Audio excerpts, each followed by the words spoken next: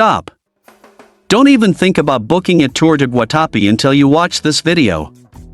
Most people spend double what they should, or worse, they end up stuck in a 6-hour traffic jam because they gave Papaya with their timing. Today, I am showing you exactly how to get from Medellin to the most colorful town in the world, breaking down every single peso you will spend, and how to avoid the scams that target tourists at the base of the rock. Let's get straight into the real numbers. Your journey starts in Medellin, and you have two main ways to get there. Option A is the bus. This is the choice of the savvy traveler. Head to the Terminal del Norte, located right at the Caribe metro station. Look for ticket booths number 9 or 14. A one-way ticket costs about 20,000 pesos, which is roughly $5. Don't give Papaya here, keep your backpack with you at all times and never put it in the overhead compartment of the bus. Option B is an Uber or a private driver. If you are looking for comfort, an Uber will cost you anywhere between 150,000 to 250,000 pesos, that is $40 to $60, depending on the time of day. It is faster, but it is 10 times the price. My advice? Take the bus early and save that money for a better meal. Tell the bus driver to drop you off at La Piedra, not the town. You want to climb the rock before the midday heat hits. The entrance fee is currently 25,000 pesos, about $6 or $7. Safety warning: buy your tickets only at the official booth located at the top of the parking lot. If someone approaches you on the stairs or in the parking area offering FastPass tickets or VIP access, they are scamming you. That does not exist. You have to climb all 740 steps just like everyone else. After the climb, do not walk to the town. Take a colorful tuk-tuk instead.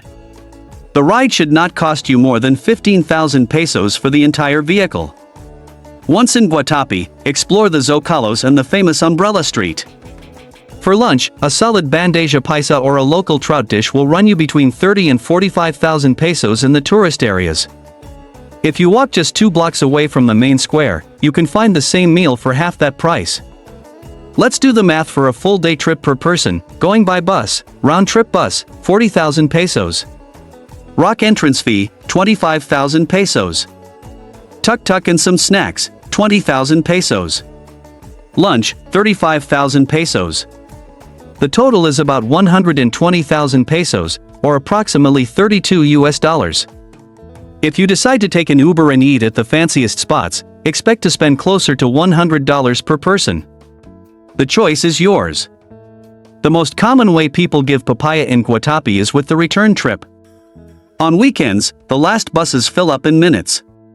As soon as you arrive at the town, go to the small transportation terminal and buy your return ticket immediately for 5 or 6 in the evening. If you wait until the last moment, you might be stranded or forced to pay $100 for a desperate taxi back to Medellin. Guatape is a paradise, but only if you are a Vespa. Did these prices surprise you? Let me know in the comments. Medellin is the world capital of reggaeton.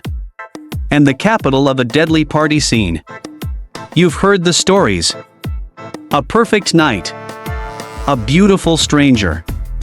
And then, everything goes black.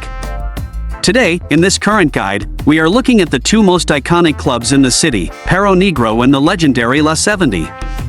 But wait. There is a specific exit strategy you must use tonight that most foreigners ignore until it's too late. I'll reveal it in a minute. First up, Perro Negro. Located in the heart of Provenza, this is the basement where celebrities like Bad Bunny and J Balvin party. It's dark. It's loud. It's exclusive. But as we show in this current video, exclusivity is a magnet for the scopolamine crisis. In a place this crowded, a borrachero attack takes only 3 seconds. The danger isn't just a stranger. Sometimes, it's the person helping you at the bar when you are already a few drinks in. Rule number 1, your hand never leaves the top of your glass. If you turn your head for 1 second, your night and your bank account is over. But Perro Negro isn't the only trap. The real hunters are waiting at our second location.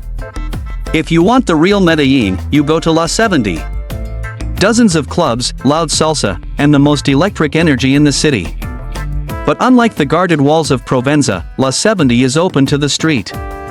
This is where the honey traps are perfected. In this current guide, we've seen that predators don't just want your watch. They want your Face ID. They will wait for you to feel comfortable, buy you a shot of aguardiente, and wait for the drug to kick in. Once you are semi-conscious, they will use your own face to drain your crypto and bank apps. The invisible borders of La 70 shift at 3 a.m. One wrong turn down a dark side street, and you aren't a tourist anymore. You are a target. Before you head out, here is your insurance policy. In this current video, your phone is your biggest liability. The tip: never use a street taxi after leaving a club in Medellin. Ever.